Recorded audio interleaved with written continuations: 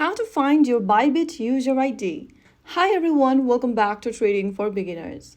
If you are looking for your Bybit user ID but aren't sure where to find it, then here's how you can easily find it. First of all, open your Bybit application on your device and make sure you're logged into your account. After you're signed into the home page of Bybit, go ahead and tap on your profile picture at the top left corner from the home screen.